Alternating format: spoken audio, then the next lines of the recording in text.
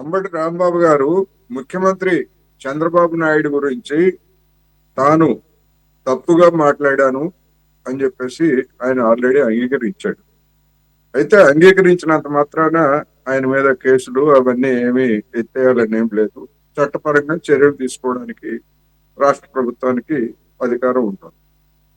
రెండోది, ఆయన చేసినటువంటిది తన ఇంటి మీద జరిగినటువంటి దాడి గురించి కూడా ఆయన చెప్పారు.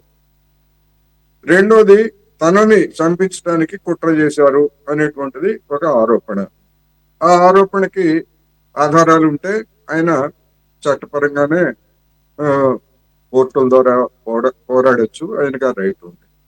నేనైతే అది రాజకీయంగా కావాలని చేసినటువంటి ఒక ఆరోపణగానే నేను భావిస్తున్నాను తప్ప, అటువంటి ప్రయత్నం జరిగింది అనేటువంటిది కనుక సీరియస్ గా ఉంటే ఈ పాటికే ఆయన ఏదైనా ఒక ప్రైవేట్ కేసు అయినా దాఖలు చేసి ఉండాల్సింది. మరి తర్వాత ఏమి చేస్తారేమో తెలియదు.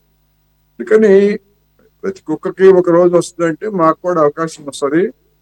మమ్మల్ని వేధించినటువంటి వాళ్ళ మీద మేము కక్ష తీర్చుకుంటాము అనేటువంటి ఒక సాధారణమైనటువంటి వ్యాఖ్య. అందులో ఏమి చంద్రబాబు నాయుడు గారినో లేకపోతే తెలుగుదేశం వాళ్ళనో పవన్ కళ్యాణ్ వ్యక్తిగతంగా కించపరిచిన అటువంటి దాన్ని ఏం లేదు.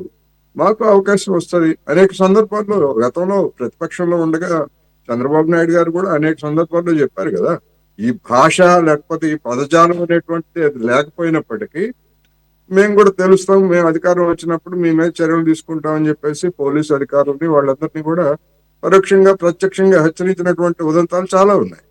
అందుకని దాన్ని ఆ మేరకు తీసుకోవాలే తప్ప ఫర్దర్ గా కించపరిచి లేకపోతే చంద్రబాబు నాయుడు గారినో మరొకరినో మళ్ళా అదే భాషలో అవమానించినటువంటి భావం అయితే అందులో లేదు.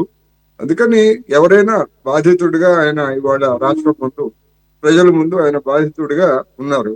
ఆ బాధితుడిగా ఉన్నప్పుడు చేసినటువంటి ఒక సాధారణమైనటువంటి వ్యాఖ్యగానే నేనైతే పరిగణిస్తున్నాను. అంతకు మించి చేయాల్సిన లేదు. ఇక కేసు అంటారా, కేసు సెక్షన్ 30ని ఉల్లంఘించి రవాణా ట్రాఫిక్ కు సంబంధించి మరి అలా అనుకునేటప్పుడు మరి జగన్మోహన్ రెడ్డి గారి మీద ఎన్ని కేసులు నమోదు చేశారో కూడా చెప్పాలి. మరి ఆయన కూడా ఉల్లంఘించాడు కదా, కేసులను చేశారు. మరి రిమాండ్కి ఏమన్నా పంపిస్తారా అనేటువంటివి కూడా మనకు తెలియాలి. అందుకని రాంబాబు గారి మీద కేసు పెట్టారు. ఓకే, సెక్షన్ 30 ఉన్నప్పుడు వెళ్ళకూడదు, కరెక్ట్, అందులో ఎలాంటి సందేహం లేదు. మరి వాట్ అబౌట్ జగన్మోహన్ రెడ్డి గారి వాహనాలు లేదా ఓదార్పు యాత్రల సందర్భంగా జరిగినటువంటి ఉల్లంఘనల మీద ఏం చర్య తీసుకున్నారు? అంటే రాంబాబు గారికి ఒక న్యాయము, జగన్మోహన్ రెడ్డి గారికి ఒక న్యాయమా?